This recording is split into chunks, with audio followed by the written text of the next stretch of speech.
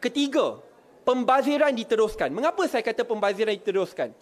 Rakan-rakan media akan ingat pada tahun 2021-2022, panas dalam parlimen, jerit-menjerit katakan bahawa apabila kerajaan, masa itu Kerajaan Perikatan Nasional, katakan mereka akan buat perbelanjaan tambahan untuk pembelian fleet kereta yang baru untuk urusan menteri, iaitu kereta Velfire. Ingat, daripada Proton ke Velfire. Gaduh teruk kat dalam. Hari ini diumumkan akan ada pertukaran tahun depan daripada fleet Velfire kepada fleet EV mewah khusus kepada para menteri. Fleet mewah. Kita baru belanja 2021, 2022. Kena maki menteri-menteri dulu. Kini bila ada transisi, diam, dihalalkan. Tak ada masalah. Bukan itu saja. Pembaziran, bail-out tambahan 2 bilion ringgit yang melibatkan boosted plantation dengan pinjaman bersertakan GG, government guarantee, kerana kegagalan urus tadbir yang berlaku. Boosted plantation ini terletak di bawah LTAT yang menguruskan contohnya fleet LCS yang kalau ikut laporan PAC baru-baru ni tak ada, no progression daripada tahun 2021 hingga ke 2 bulan lepas. No progression. Tambahan kos ada lebih 2 bilion. Kurang kapal daripada 6 ke 5 ada. Above and beyond that, apabila boosted plantation yang turut park bawah LTAT, apabila KLK nak ambil alih tak boleh, kerajaan bail out tambah 2 bilion ringgit. Mereka kata, oh, it's not bail out, pinjaman. Come on, pinjaman plus government guarantee ni bail out lah. Dulu orang sama yang kata ni bukan bail out, kata pinjaman 1MDB plus government guarantee ni bail out. So don't be hypocrite. It is a bail out, let's not hide around it. So itu 2 bilion ringgit. Your money will be at stake. Ketiga, JCOM. Kalian ingat tak dulu? Bila belanjawan 2021-2022, ahli parlimen, dulu pembangkang sekarang kerajaan kata, kita takkan sokong belanjawan kerana duit cukai rakyat dibelanja untuk tujuan cyber trooping. Lihat belanjawan pada hari ini, puluhan juta dibelanjakan untuk JCOM dan ada kenaikan emolument 30% bagi tujuan JCOM ini. Ini pembaziran. Dulu mereka sendiri umumkan, terang-terang kata tak nak.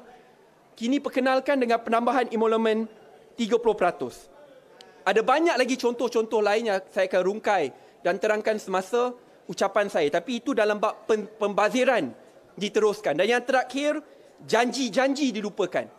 Ingat janji-janji PTPTN. Anak-anak muda tidak akan lupa perkara ini. Janji-janji PTPTN. Bukan sahaja janji asas, iaitu pembayaran semula hanya akan dibuat apabila tangga gaji mahasiswa graduan itu capai gaji bermaruah. Kalian semua akan lihat ucapan-ucapan yang lepas. Bukan masukkan, I don't want to hold PH accountable for promises 10 years ago. Tak, saya katakan janji yang baru-baru ni mereka lakukan. Tapi apa yang berlaku, kalau kamu lihat perincian, tadi nampak seperti okey, oh kita tetap akan berikan diskaun pembayaran semula. Sebab dulu minggu lepas teruk. But look at the details. The devil is always in the details. Pembayaran, diskaun bagi pembayaran semula itu telah dikurangkan 50%. Tahun lepas, pembayaran semula peluh diskaun 20%. Tadi diumumkan 10%. Ada pengurangan 50%. And this is something which is very basic. Dulu mereka umumkan jauh lebih banyak, ya. Oh, tak, bukan setakat diskaun. Pembayaran semula hanya akan bermula bila tangga gaji dah tinggi. Ini benda yang dilakukan oleh kerajaan lepas pun mereka tak boleh teruskan. Which is, they reduce diskaun bagi mahasiswa by 50% benchmark to last year. Daripada 20% ke 10%. Saya tak payah katakan soal tol yang memang tak ada langsung appear. Walhal diumumkan tahun lepas, mereka akan mansuhkan tol. Peruntukan yang adil kepada pembangkang. I want you to look, again, the devil is always in the details. Kamu lihat dekat dalam peruntukan pejabat Perdana Menteri, ada kenaikan yang luar biasa. The biggest increase, I think. Almost 30 to 40% increase. Peruntukan pejabat Perdana Menteri. You look deeper. Projek Mesra Rakyat, 444 million. Itu PMR ni adalah peruntukan yang diturunkan kepada ahli-ahli parlimen. 2 juta ringgit untuk bina tandas, baik pulih sekolah. Ya, untuk bina jambatan yang dah roboh. Ini bukan untuk saya, Syed Saddiq atau ahli parlimen pembangkang. Ini untuk orang susah dekat kawasan tersebut. So walaupun peruntukan itu ada, tapi tak disalurkan langsung. Sama seperti tahun lepas. Minta maaf, tahun ni. Peruntukan Itu ada in the book, in the belanjawan tu ada. Tetapi sampai ke hari ini kita dah masuk ke bulan ke berapa? Ya? Masih tak ada lagi. Bulan 10, bulan 11 tak ada. Almost end of the year.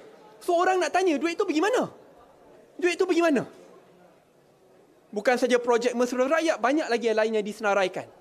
So akhirnya dalam bab ini janji-janji dilupakanlah. So I want to answer very briefly dalam bab ini kerana semalam saya lihat video yang berhormat Menteri Ekonomi yang menipu terang-terang. Dia katakan, peruntukan kepada pembangkang ini, kepada kawasan pembangkang tu ada, jangan risau. Cuma dia tak pergi melalui ahli parlimen pembangkang. Don't lie. Saya nak terangkan one by one. First, dia kata perkara tersebut. Peruntukan tu ada, tapi dia tak adalah pergi kat poket ahli parlimen. Kedua, kita tak nak berikan kepada pembangkang kerana isu urus tadbir. Isu urus tadbir. Seperti ahli parlimen pembangkang dia dapat duit masuk ke dalam poket. Let me explain the process. Jangan tipu, rakyat tahu benda ni. Kenapa saya kata dia tak pergi ke pembangkang?